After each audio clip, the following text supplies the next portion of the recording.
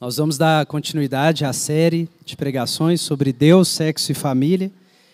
E apesar de a gente não seguir o calendário comercial, também não faz mal que o tema de hoje seja a paternidade de Deus, né? De forma bem apropriada.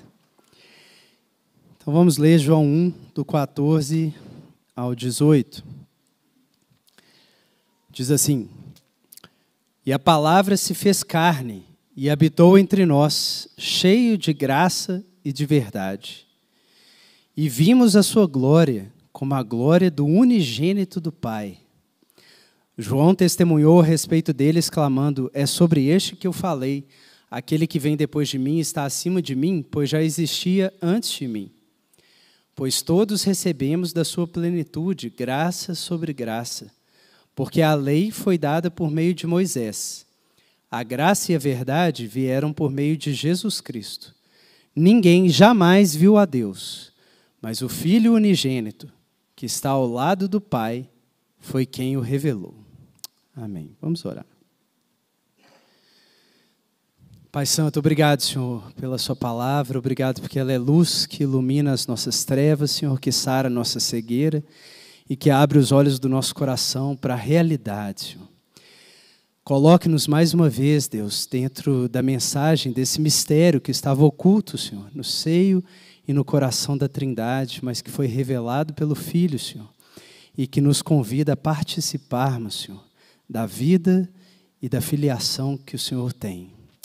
Que seja assim, Senhor, conosco e que a gente saia daqui hoje com o coração fortalecido e encorajado, Senhor, pela paternidade do Senhor em relação a nós. Em nome de Jesus. Amém. Irmãos, como eu disse, assim, era inevitável, né, que numa série sobre Deus, sexo e família, a gente não falasse sobre a paternidade de Deus. Afinal, como os irmãos acabaram de confessar, está no núcleo da fé cristã o dizer que nós cremos em Deus Pai, em Jesus Cristo, seu único Filho, e no Espírito Santo.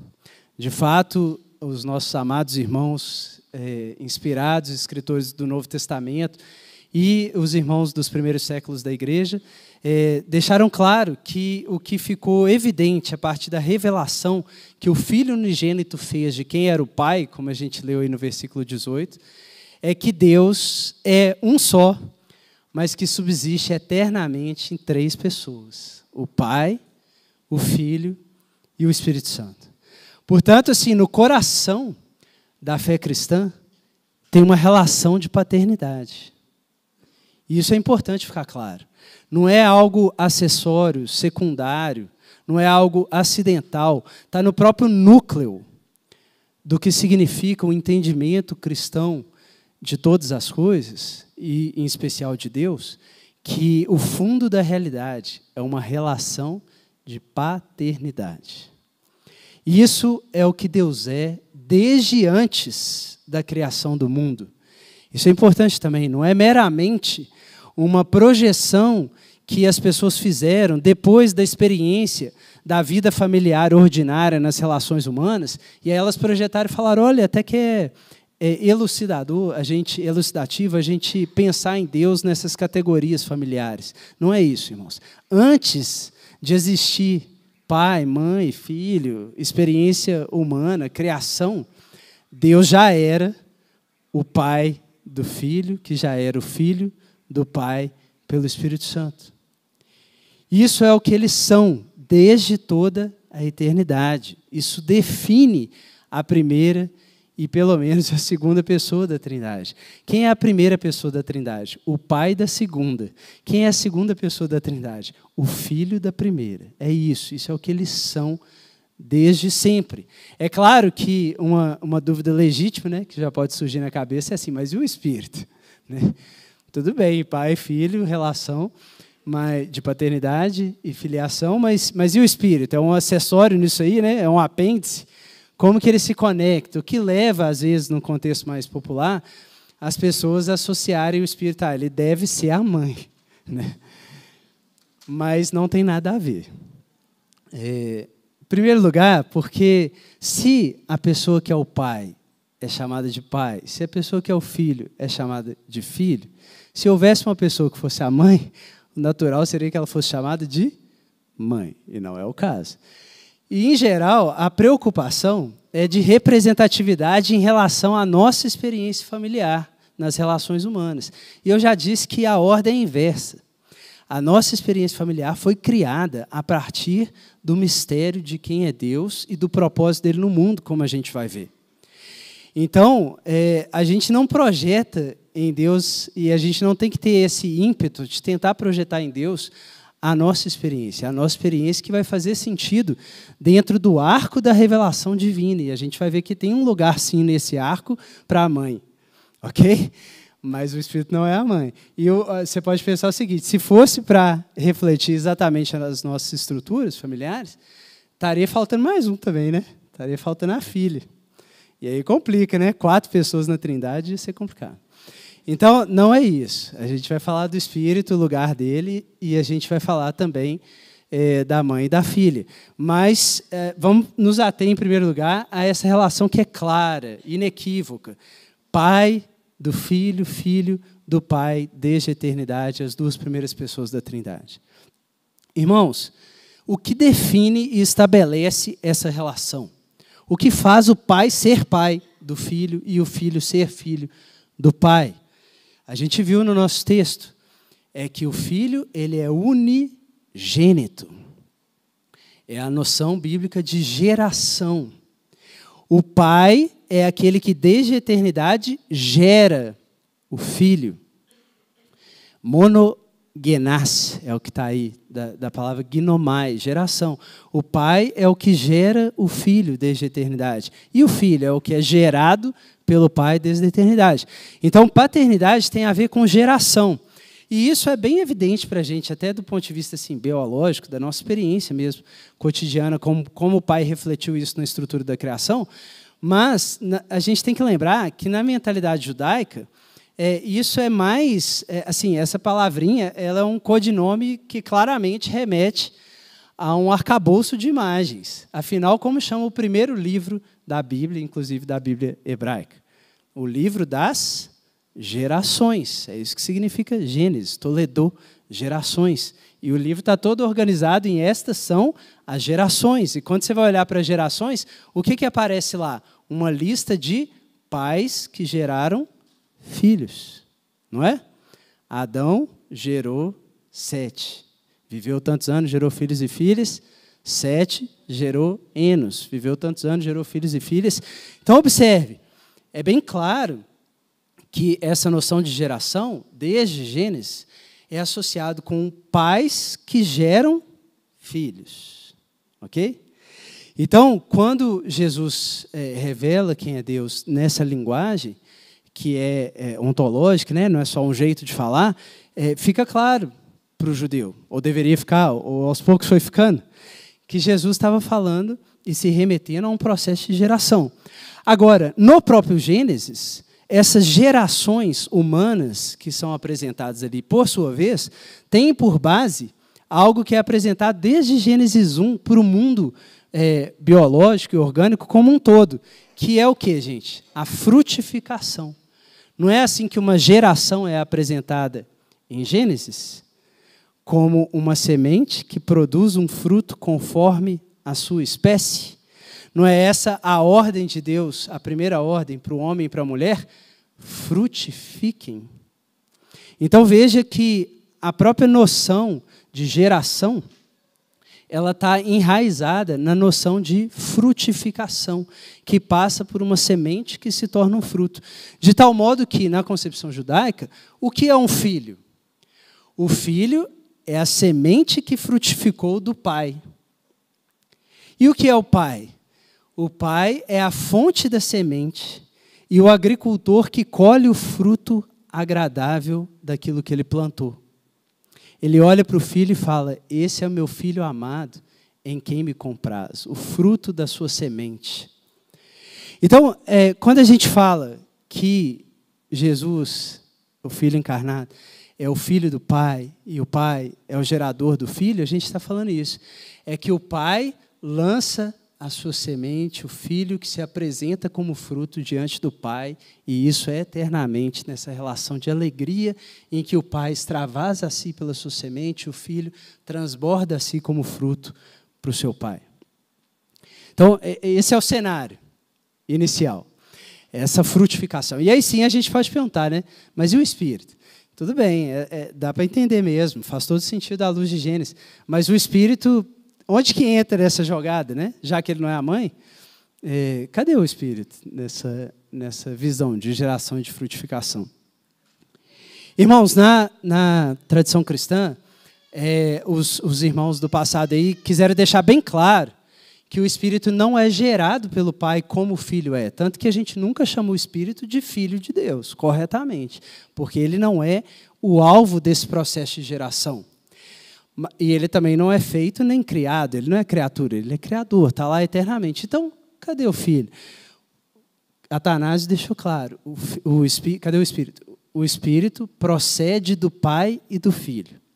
Então, imagina o Espírito como sendo uma pessoa em constante movimento, indo de um lado para o outro, sendo que um lado é o Pai, o outro lado é o Filho. E ele está indo de um lado para o outro eternamente, num ciclo contínuo. Nessa imagem, irmãos, desse Espírito em movimento, né, que é como ele é apresentado de novo, desde lá de Gênesis 1, se movendo sobre a face das águas, qual seria um lugar para a gente entender a noção do Espírito? É claro que existem várias analogias, mas mantendo esse foco na questão da frutificação, imagine o Espírito como relacionado à irrigação, à água em movimento. Lembra do início de Gênesis 2? A semente estava lá, mas elas não tinham virado fruto ainda. Por quê? A justificativa do autor de Gênesis. Porque Deus ainda não tinha feito chover sobre a terra. Mas subia um vapor. E no jardim, como que as sementes brotavam? Porque Deus tinha colocado no jardim um rio, correntes de águas vivas correndo de um lado para o outro e regando as sementes para que elas frutifiquem. E de fato, você pode pensar assim, né? Tem um texto que eu acho interessante para pensar isso, que é Isaías 55:8, texto bem famoso. Porque os meus pensamentos não são os vossos pensamentos, os meus caminhos não são os vossos caminhos, porque assim como o céu está acima da terra, assim os meus pensamentos são mais altos do que os vossos, e os meus caminhos mais altos do que os vossos. Atenção, porque assim como a chuva e a neve não descem e não retornam sem antes regar a terra, e fazê-la frutificar, e dar a sua semente ao semeador, e o seu pão ao que come, assim também a minha palavra não voltará para mim vazia, antes cumprirá todo o propósito para o qual eu a designei, e satisfará todo o meu intento. Então, irmãos, o Espírito não está fora do lance da geração e da frutificação. O Espírito é esse dinamis, é essa dinâmica, é essa pessoa que, pelo seu poder, é o caminho de Deus, que realiza a intenção do Pai expressa na palavra do Filho. Então, o Pai envia a palavra, que é a semente, no poder do Espírito, que traz o fruto da palavra ao Pai. Pensa aí na pombinha sendo enviada pelo Pai, retornando com o fruto da videira na boca ali para o Pai. E essa relação é a relação trinitária apresentada nos seus elementos fundamentais, desde Gênesis, revelada em sua completude em Jesus, sistematizada pelos queridos irmãos do início da igreja. É um pai que ama o seu filho pelo Espírito e por ele é amado pelo mesmo Espírito. Esse ciclo de amor eterno, de geração e de frutificação no poder e na dinâmica do Espírito. Agora, o que isso revela sobre Deus? Se esse é o quadro, se essa é a cena a ser admirada de eternidade a eternidade, o que a gente enxerga nessa cena? João é claro no texto que a gente leu. É que na hora que a palavra disse quem Deus era, o que se escutou por toda a terra? Graça e verdade. O unigênito, na hora que revelou o Pai, a gente viu que ele estava cheio pelo Espírito da graça e da verdade do Pai. São exatamente as palavrinhas que tinham sido anunciadas a Moisés quando Deus passou na frente de Moisés, lá no monte, logo após o recebimento da lei. Por isso a referência aí, né, a lei e Moisés. A lei veio por Moisés, mas a graça e a verdade, o conhecimento da graça e da verdade, por meio de Jesus. Irmãos, o que é graça e o que é verdade, né, as palavrinhas lá no hebraico e aqui traduzidas no grego? É uma disposição bondosa que sai de si em favor do outro. É a graça. E o que é a verdade? A verdade é a confiabilidade, é algo sólido, em que você pode se apoiar, é a confiabilidade. Então, quando a gente olha para Deus como Ele é, nesse processo de geração e de frutificação, o que a gente descobre sobre o Pai que é plenamente refletido no Filho? É que o Pai é vertido para fora dele, graciosamente. O Pai se lança em direção ao Filho. O Pai se move em amor em direção ao Filho. Mas mais do que isso, o Pai é a fonte também do poder de completar e cumprir o lançamento dessa semente para que ela se torne fruto. Como a gente falou em Isaías, ela não volta para ele vazia, vai cumprir o propósito para o qual ele a enviou. Então, quem é o Pai, irmãos? O Pai é aquele que ama e, ao mesmo tempo, aquele que é poderoso e confiável de que ele nunca interrompe esse processo. Por isso que quando Jesus se manifesta, ele é chamado da palavra. Por quê? Porque essa é a mensagem. E que mensagem é essa? Evangelho, é uma mensagem boa e confiável. É uma mensagem boa de que Deus ama e de que as promessas que ele faz ao enviar a sua semente e a sua palavra, ele cumprirá. Ele é absolutamente confiável. Então, a primeira mensagem da paternidade de Deus é essa. A eterna geração do Filho pelo Pai na dinâmica do Espírito, revelando que esse Pai é um Pai que gosta de se comprometer com a sua palavra e de cumpri-la até o fim. E por isso você pode confiar nele, se entregar a ele. Agora, óbvio, né, a Bíblia não apresenta apenas Jesus como sendo gerado. É engraçado, porque a gente acabou de ler o unigênito, né? O único gerado. Mas olha 2 versículos antes do texto que a gente leu, versículo 12. Mas a todos que o receberam, aos que creem no seu nome, deu-lhes a prerrogativa ou poder de se tornarem filhos de Deus, os quais não nasceram de linhagem humana, nem do desejo da carne, nem da vontade do homem, mas de Deus. Isso aqui é interessante, irmãos. Olha só, na distância de 2 versículos, João diz que Jesus é o único gerado, mas a palavrinha que está aí no 12 e no 13 é exatamente a mesma, ginomai. Ele fala que, ao mesmo tempo, Jesus deu o dínamos, deu o poder para que quem cresce nele também fosse gerado do Pai, não da vontade humana, do Pai. Como assim Jesus é o único gerado e, ao mesmo tempo, ele dá o poder para vários outros serem gerados? É porque nós não somos gerados no mesmo sentido em que apenas Jesus é gerado, que é como fruto segundo a espécie da semente do Pai. Só Jesus é criador de criador e não criatura de criador. Só Jesus é Deus de Deus e não homem de Deus. Só Jesus é luz de luz, como disseram os irmãos em Constantinopla e Niceia, né? Nós não, nós somos criatura do Criador, mas pela confiança na palavra da graça e da verdade, o poder do Espírito que opera a geração eterna é comunicado a nós pelo Filho, para que nós participemos da filiação única que Ele tem. E, por assim dizer, nós somos colocados no Filho. E a experiência que o Filho tem da relação com o Pai se torna uma experiência também nossa, pelo mesmo Espírito. E assim a gente passa a receber, como João diz, da plenitude do Filho, graça sobre graça. Porque aquilo que é derramado no Filho pelo Espírito é comunicado a nós. E assim como o Filho se apresenta ao Pai como fruto maduro da sua obra, nós nos apresentamos ao Pai, como Paulo conclui em Romanos, em sacrifício vivo e agradável a Ele, como filhos que pela misericórdia foram gerados.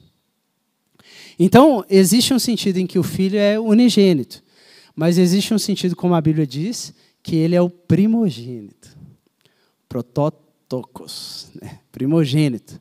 Um texto em que isso fica bem claro é o texto também bem conhecido de Romanos 8, 28, 29. Fala o quê?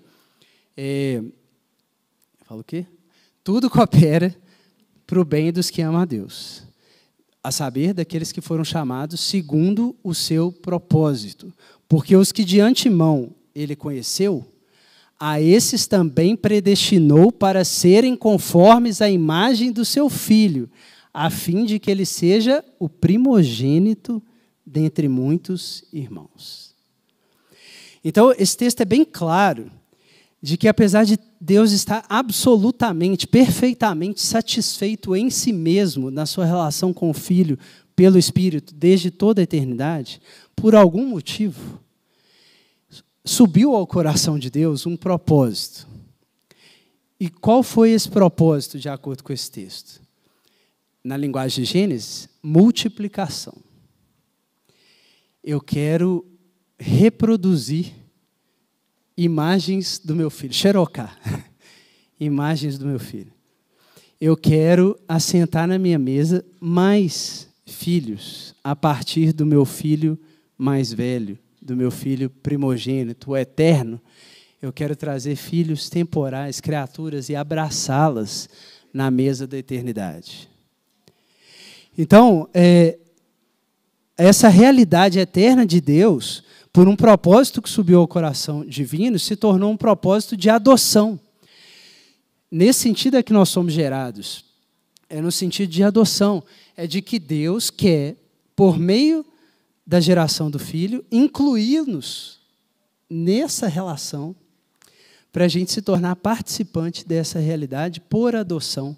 E assim Deus ter uma família de muitos irmãos. Agora, a gente precisa dizer mais do que isso, irmãos. O propósito da adoção é muito importante, claro, central, óbvio. Tanto que Paulo destaca nesse texto tão importante sobre a vontade de Deus na criação. Mas a gente precisa cortar mais fino do que significa Deus estar querendo esses outros filhos, dentro de um quadro mais amplo desse propósito dele de união da humanidade com a divindade na pessoa do Filho dele. E para a gente cortar mais fino, muita atenção, porque não é uma linguagem que a gente usa geralmente, mas eu acho uma linguagem importante, acho que ela tem respaldo nas Escrituras. Quem são esses filhos que o pai quer adotar? Atenção, são uma nora. Nora, ok? Em inglês, daughter-in-law. Uma filha na lei, uma filha adotiva.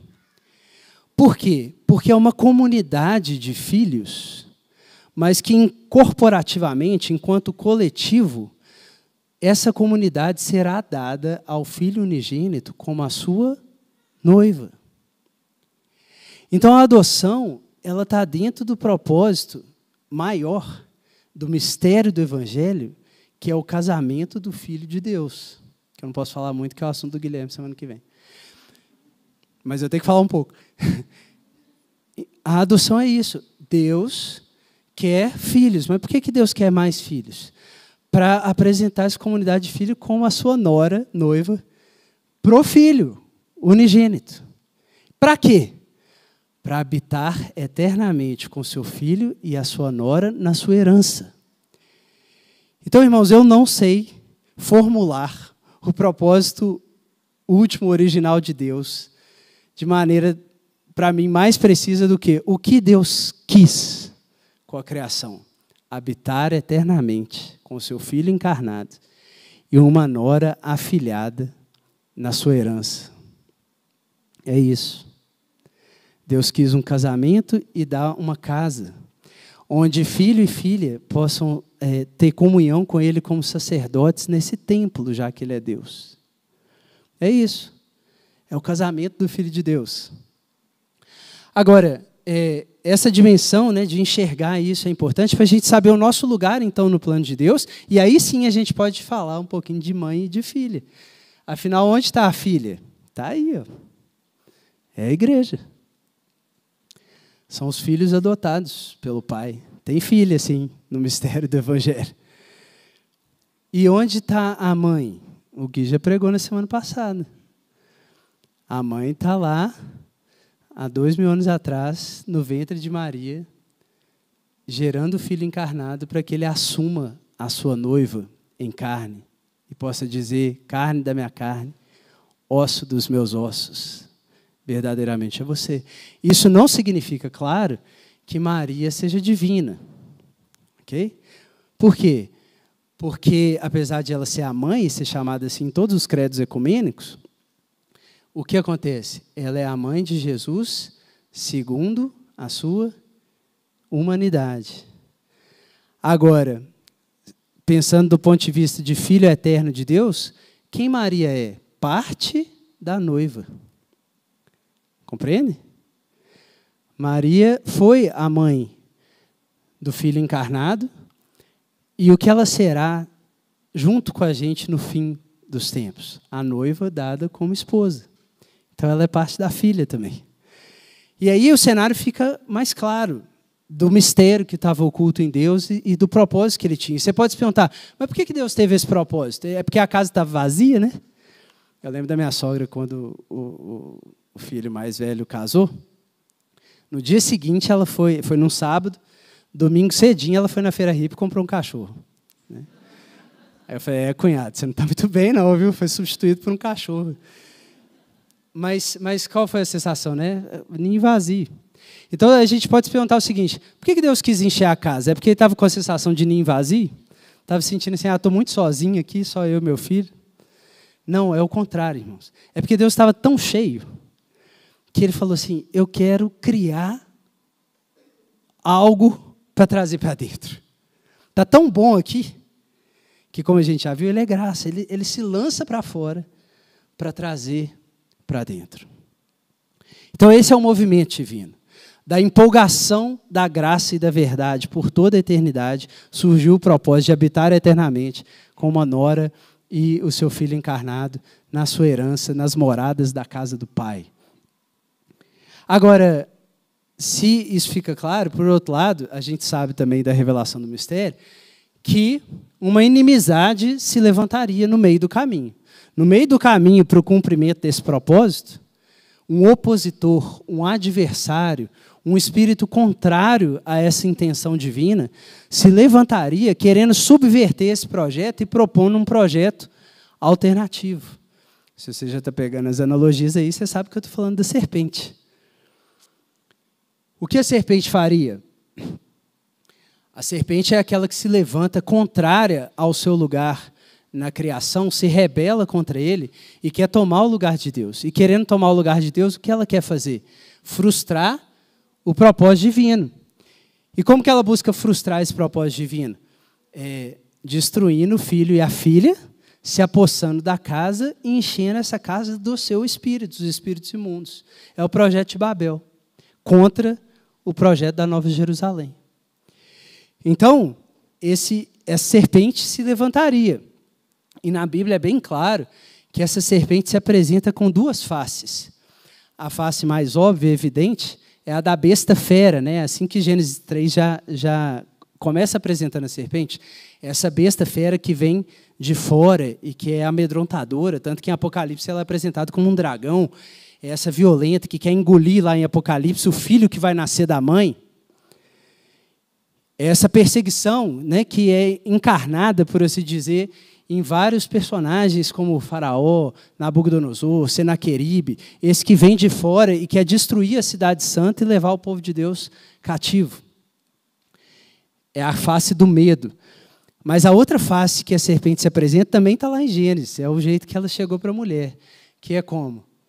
Sibilante, sinuosa, igual uma serpente, que é vista em Apocalipse como a prostituta.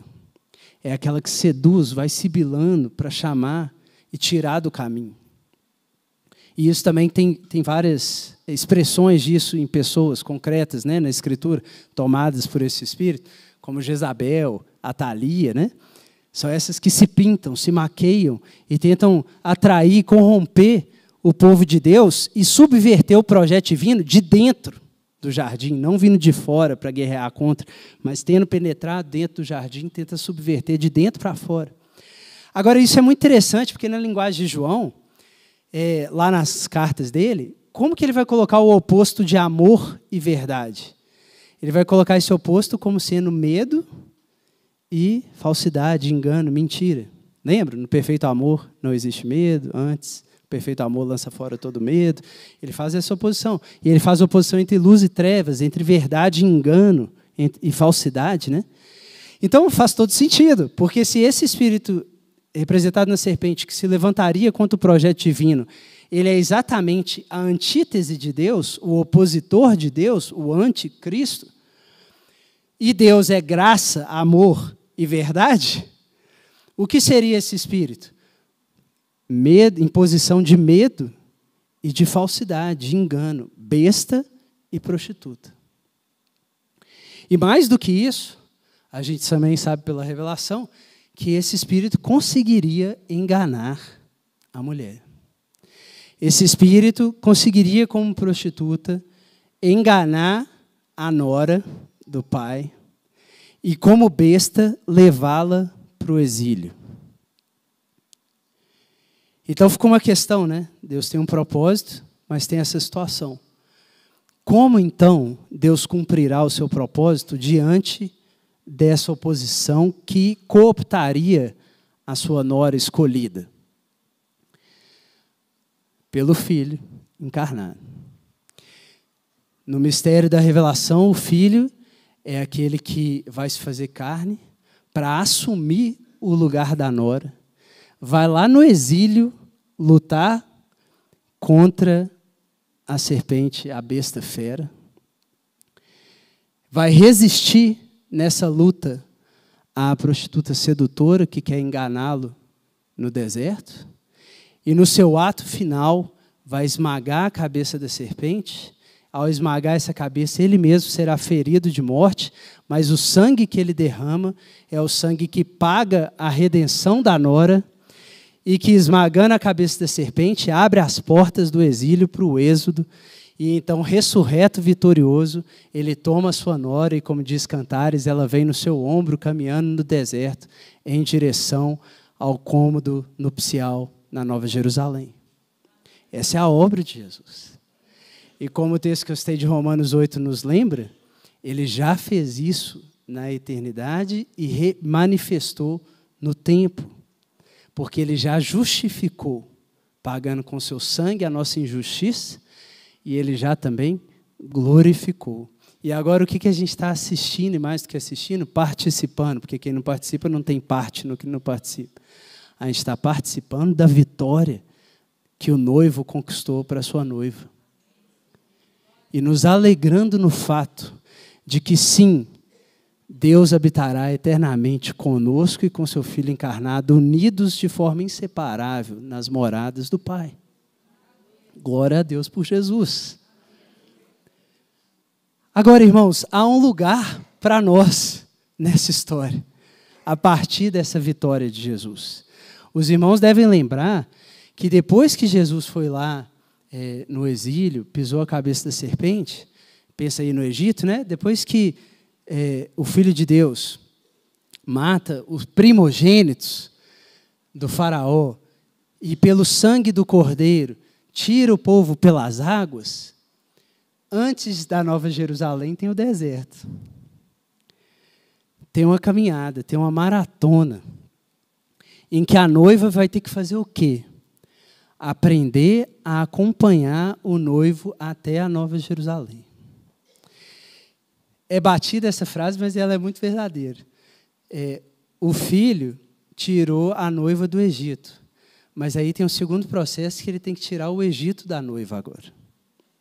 E esse é um processo árduo. Assim como na história de Israel, é um processo que vai envolver, por um lado, tentações no deserto. Você não é o filho de Deus, você não é a filha de Deus? Transforma, então, essas pedras em pães. Vai envolver a prostituta se aproximando ali no deserto de novo. E vai envolver também, por outro lado, guerras. Lembra de Seom, de Og, né? As guerras ali no deserto, as guerras para entrar na Terra Prometida. Tem luta também contra as bestas feras. Você pode perguntar, mas Jesus já não consumou a obra, já não gritou que está consumado, pisando a cabeça da serpente? Está consumado. Mas a nossa experiência dessa consumação já se deu com a vitória sobre a pena do pecado, agora está se dando com a vitória sobre o poder do pecado ao longo da travessia no deserto, até que um dia se dê com a experiência da vitória sobre a presença do pecado no reino sagrado. Percebe? Está consumado. Mas há um caminho ainda. Há um caminho de santificação. Eu gosto da imagem, né, de Esther sendo preparada ali durante 1 ano para ser apresentada ao rei. Pensa em Mardoqueu, formando Esther desde criança, por propósito divino. Tem uma pedagogia. E aí sim, a gente volta no nosso texto que a gente leu, aí tem a lei. Aí tem a lei de Moisés. Não é isso que acontece? Eles saem do Egito e recebem a lei. O que vai ser a lei? É a pedagogia do pai para treinar uma noiva infantilizada a amadurecer até chegar à altura do filho mais velho, para ela ser dada como ombro a ombro, idônea, para o filho em casamento. Ela tem que crescer agora. Ela foi tirada do ventre da serpente, mas agora ela tem que amadurecer. Ela tem que crescer no que significa agora ela carregar o sobrenome da família divina. E por isso que a primeira oração que os filhos fazem no Pai Nosso é o quê? Santificado seja o seu nome. Porque agora, estou vendo uma amiga minha ali que tem sobrenome Trindade, agora eu tenho o sobrenome Trindade. E eu não posso mais sujar esse nome. Eu tenho que aprender a como ser digna da vocação para a qual eu fui chamada. E viver de uma maneira que honra o Pai. Irmãos, então tem um lugar para a gente. E o lugar é imitar o filho. E essa imitação vai envolver resistir à prostituta e lutar contra a serpente. E por isso eu quero ler um texto que é o que a gente vai se deter aí agora nesse fim, lá em Hebreus, capítulo 12. Porque com esse cenário, a gente pode entender melhor como se dá essa pedagogia divina pela lei para a filha que foi alcançada pela graça e pela verdade. Hebreus, capítulo 12. No contexto da graça e da verdade, a lei é dada, essa lei vai ser uma pedagogia de um treinamento, de se tornar como filho, a imagem do filho. E o que significa seguir o filho? Olha o versículo 1 do capítulo 12. Portanto, também nós, rodeados de tão grande nuvem de testemunhas, que são filhos que já correram a carreira antes aí, depois de eliminar tudo o que nos impede de prosseguir e a prostituta que nos assedia, corramos com perseverança a maratona que nos está proposta, fixando os olhos no noivo, que é o autor e consumador da nossa fé, o qual, por causa da alegria do casamento que lhe estava proposto, suportou ir lá no exílio e derramar o sangue na cruz, não fazendo caso da vergonha que sofreu de descer dos céus e ir para a Babilônia.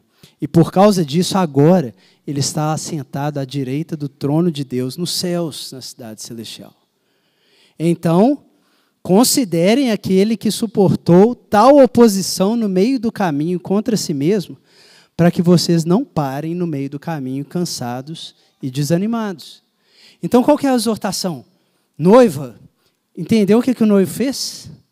Quer casar com ele? Esse é o caminho. Esse é o caminho. Descobriu que o seu destino é a destra de Deus Pai, como era o dele, e que Deus é graça e confiabilidade para garantir isso? Então, abraça a morte da semente. Lance-se, faça o caminho completo da geração no Pai até o retorno para a destra de Deus Pai. Faça o caminho completo, como os irmãos declararam aqui no credo, de ser concebido pelo Espírito Santo no ventre virgem da terra da humanidade até chegar à direita de Deus Pai. E esse caminho passa por padecer sob Pôncio Pilatos, ser crucificado, morto e sepultado. O grão tem que cair na terra para a multiplicação acontecer. Jesus falou isso claramente. Então, o que o autor está colocando aqui com uma imagem atlética de maratona é que tem uma maratona, tem um deserto. Tem um caminho entre o lançamento da semente e a apresentação do fruto. E é um caminho difícil, porque a gente vai ter que correr e vai ter a prostituta assediando para você parar no meio do caminho. Mas aí olha o que interessante o que ele fala agora, a partir do versículo 4. Nessa luta, nesse UFC, nessa batalha, e aqui a linguagem é da luta dos jogos romanos mesmo. Nessa luta contra a besta, né, contra o pecado, ainda não resistiram a ponto de derramar o sangue, como o filho fez. E vocês já se esqueceram, agora olha que interessante, do encorajamento que o Pai fala para vocês como a filhos? Filho meu, ou nora minha, não despreze a disciplina do Senhor, nem fique desanimado quando por ele é repreendido. Pois o Senhor disciplina quem ama e pune a todo o que recebe como filho. É visando a disciplina que vocês têm que perseverar. Deus vos trata como filhos. Pois qual é o filho a quem o pai não disciplina? Mas se estáis sem disciplina, da qual todos são participantes, então é porque vocês não são filhos legítimos. Além disso, aí ele refere à experiência humana, mostrando que existe uma conexão. Tínhamos nossos pais humanos para nos disciplinar, e nós os respeitávamos. Logo, não nos sujeitaremos muito mais ao Pai dos Espíritos e assim viveremos? Pois eles nos disciplinaram durante pouco tempo, do jeito que parecia que era melhor. Mas Deus nos disciplina para o nosso próprio bem, para sermos participantes da sua santidade. Nenhuma disciplina parece, no momento, motivo de alegria, mas de tristeza. Depois, porém, produz um fruto pacífico de justiça nos que por ela têm sido exercitados. Irmãos, essa transição é muito importante, porque o que ela mostra? Que se por um lado, quando o foco está no nosso oponente, no nosso inimigo, a imagem é de uma maratona de resistência à prostituta e de uma luta de vários rounds contra a besta, até o sangue. Por outro lado, essa mesma situação pode ser vista sob o foco olhando para o pai. E aí o que a gente aprende? Atenção.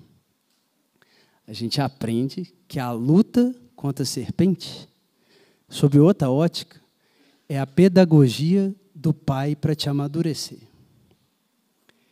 É isso que é colocado aqui. É que Deus está te fazendo passar várias vezes na árvore do conhecimento do bem e do mal e repetir a prova para chegar um dia em que você tem o conhecimento do bem e do mal sem passar para o lado do mal.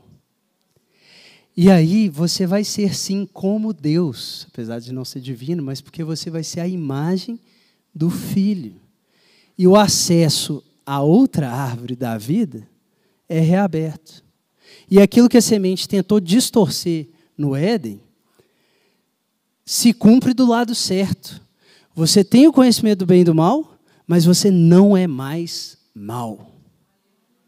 E por isso você está pronto para entrar na cidade. E o que o autor de Hebreus deixa claro, então, é que tem a pedagogia da lei, e aqui está sendo citado Provérbios, né? A lei, a sabedoria, é um pai te ensinando, por meio de várias repetições, como ser uma pessoa da família Trindade. Assumida na família da Trindade, né? Não a quarta pessoa da Trindade. Como ser uma pessoa assumida na Trindade. E duas palavrinhas aqui para a gente caminhar para o fim. Essa palavra que aparece 300 mil vezes aí, disciplina, é paideia. Paideia vem de pedo, igual a gente fala de criança, né? Pedo batista, batismo de criança. Qual é a imagem aqui, gente? É de um pai professor, é um mestre, é o rabi. É aquele pai de Provérbios que anda com o filho no caminho e vai ensinando tudo, usando a lei para ser a pedagogia de um filho pequeno que precisa crescer. Eu gosto de usar essa imagem também. É Joiada preparando Joás, que só tinha 8 aninhos, para ser rei e vencer a Thalia. É isso, ele tem que esconder por um tempo, proteger e depois dar desafios para Joás crescer até ser humano maduro, como João fala, né? Filhinhos, jovens, vocês têm vencido o maligno. Agora, pais, vocês conhecem aquele que é desde o início. E aí vocês podem assumir os ofícios, antecipando a nova criação no meio do deserto, sendo reis, profetas e sacerdotes, sinalizando isso aqui, e sendo pais e gerando novos filhos em Cristo. Então, irmãos, é um caminho de maturidade, que acontece pela paideia, que não é gostoso. Tem gente que acha o Pai Nosso lindo, né? Mas o Pai Nosso, irmãos, é a oração do Getsemane. O Pai Nosso é a oração do deserto. Pai, não manda a gente para o exílio, né? Não nos conduzas à tentação. Mas se mandar para o exílio, livra-nos da serpente. Tira a gente lá com o êxodo. Enquanto a gente estiver passando fome no caminho, manda o pão, Senhor. Não deixa a gente perder a semente, não, senão não vai ter fruto. E a gente vai falhar várias vezes quando a gente passar na árvore do conhecimento do bem e do mal, mas perdoa, Senhor. E que a gente tenha um coração cheio de graça e verdade para quem está do lado também, porque no final, Senhor, a gente está olhando para aquele dia em que seu nome vai ser santificado, o seu reino vai vir, e a sua vontade vai ser plenamente obedecida pelos filhos, assim na terra como nos céus. Então, Pai nosso, o Senhor está nos céus. Deixa eu tomar o meu lugar de filho e, como o autor de Hebreus diz, me submeter à sua paideia. Para terminar, a última forma como o texto conclui, versículo 12. Então, se vocês vão ser exercitados, e a palavra em grego aqui é ginásio, tá? Se você vai para o ginásio ser treinado pelo Pai, versículo 12.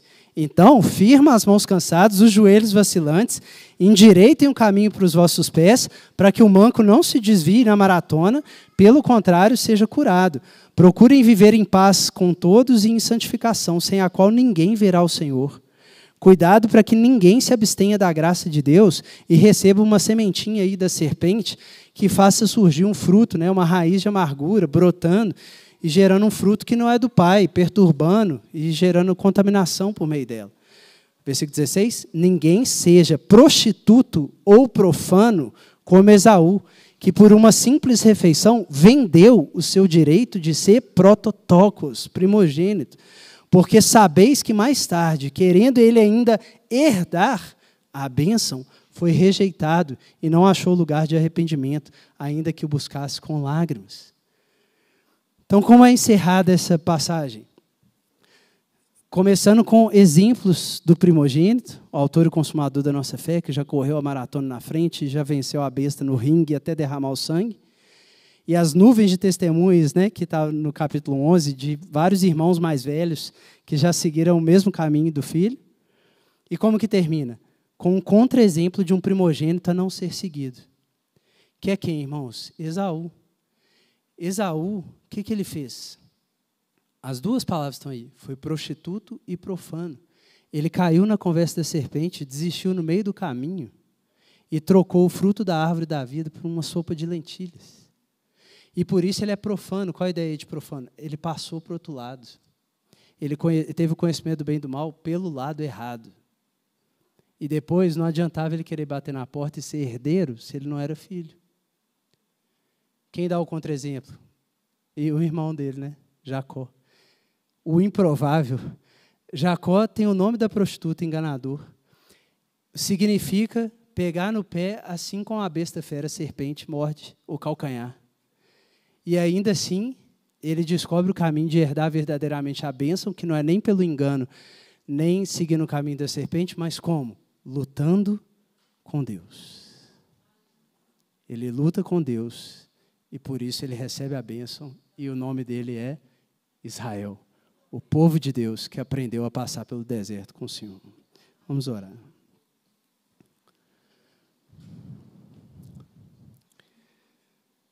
Pai Santo, muito obrigado, Senhor, pela obra que o seu Filho Jesus já fez por nós. Obrigado porque o amado das nossas almas, Senhor, pagou a pena, pisou a cabeça da serpente e nos conduziu num grandioso êxodo.